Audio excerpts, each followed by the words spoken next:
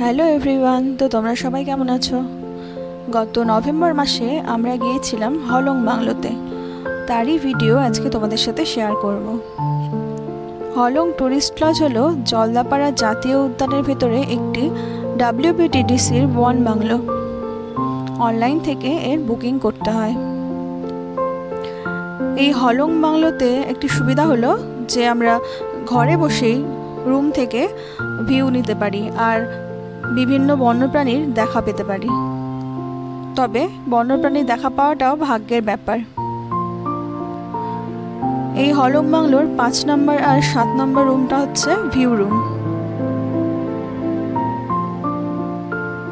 আর তোমরা তো জানোই জলদাপাড়া বন্যপ্রাণী বিশেষ করে একশৃঙ্গ গন্ডারের জন্য বিখ্যাত।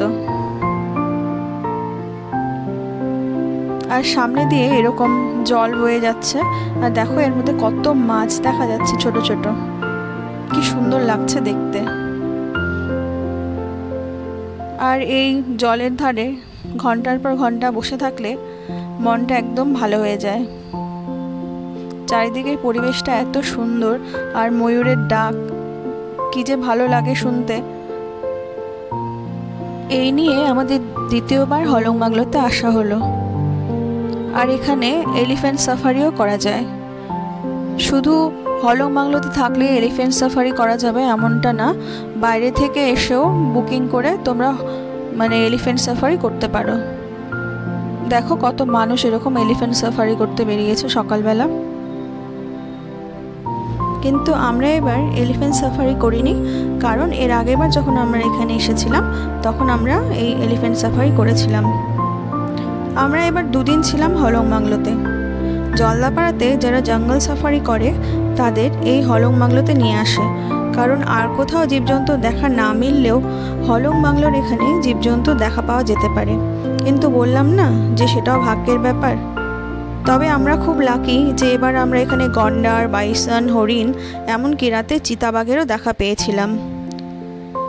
চলো এবার তোমাদেরকে রুমের ভিতরটা দেখাই। এভাবে সিঁড়ি দিয়ে উপরে উঠে যেতে হয়। সম্পূর্ণ বিল্ডিংটাই কাঠের তৈরি।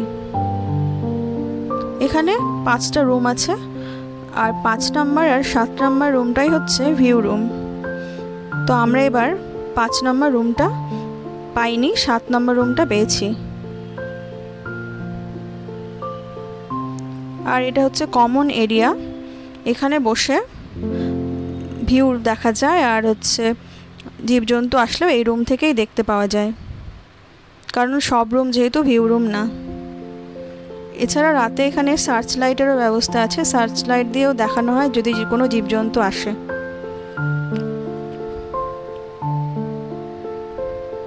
এটা হচ্ছে আমাদের রুম, এটা হচ্ছে 7 নম্বর রুম। রুমটা বেশ সুন্দর আর বেশ বড়।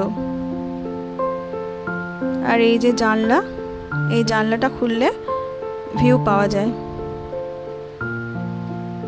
ঘরে বসে এখান থেকে কোনো জীবজন্তু আসলে আমরা অনায়াসে দেখতে পাবো। আর গোটা এরিয়াটা চারিদিকে ইলেকট্রিক ফেন্সিং করা আছে যাতে কোনো জীবজন্তু না আসতে পারে রাতের বেলা।